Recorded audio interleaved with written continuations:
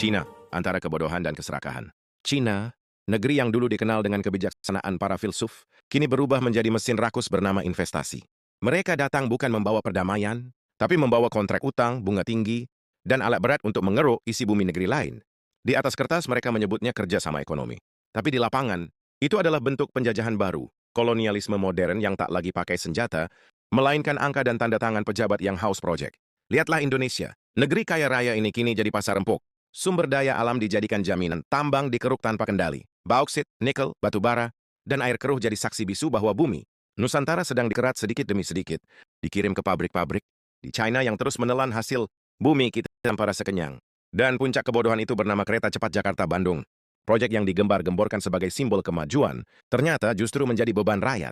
Dari biaya awal yang katanya 60 triliun, membengkak hingga lebih dari 100 triliun. Dana APBN akhirnya disuntikkan, padahal dulu pemerintah berjanji tak akan sepeser pun memakai uang rakyat. Kini, janji itu berubah jadi utang yang akan diwariskan pada generasi berikutnya. Kereta cepat yang katanya untuk rakyat, nyatanya hanya dinikmati segelintir orang.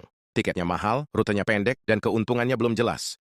Tapi rakyat yang tak pernah naik pun harus ikut membayar melalui pajak dan subsidi terselubung. Inilah wajah nyata kerakusan dan kebodohan. Di Senem pejabat berbangga dengan proyek Mercusuar, sementara rakyat menanggung utang yang tak pernah mereka minta. Cina bukan sekadar pintar berdagang. Ia ahli menjerat. Ia tahu bagaimana menanam cakar ekonomi lewat proyek infrastruktur. Ia tawarin pinjaman lunak di awal, lalu bunga tinggi di akhir. Ia kirim tenaga kerja sendiri, bawa material sendiri, dan tinggalkan tanah kita penuh lubang dan polusi. Dan kita tepuk tangan seolah dijadikan mitra. Padahal yang sebenarnya terjadi, kita dijadikan pihak yang kalah tapi tersenyum, utang menumpuk, tambang habis, lingkungan rusak. Itu bukan kemajuan. Itu kehancuran yang dibungkus megah. Ketika bangsa ini kehilangan kedaulatan ekonominya, jangan lagi salahkan siapapun.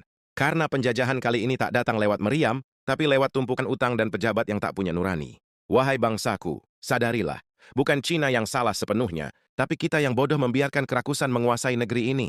Kita menukar harga diri bangsa dengan proyek sementara, kita menjual masa depan anak cucu demi foto di peresmian.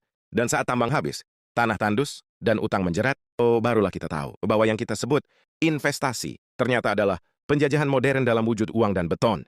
Suara langit, ketika rakyat tak lagi punya mikrofon,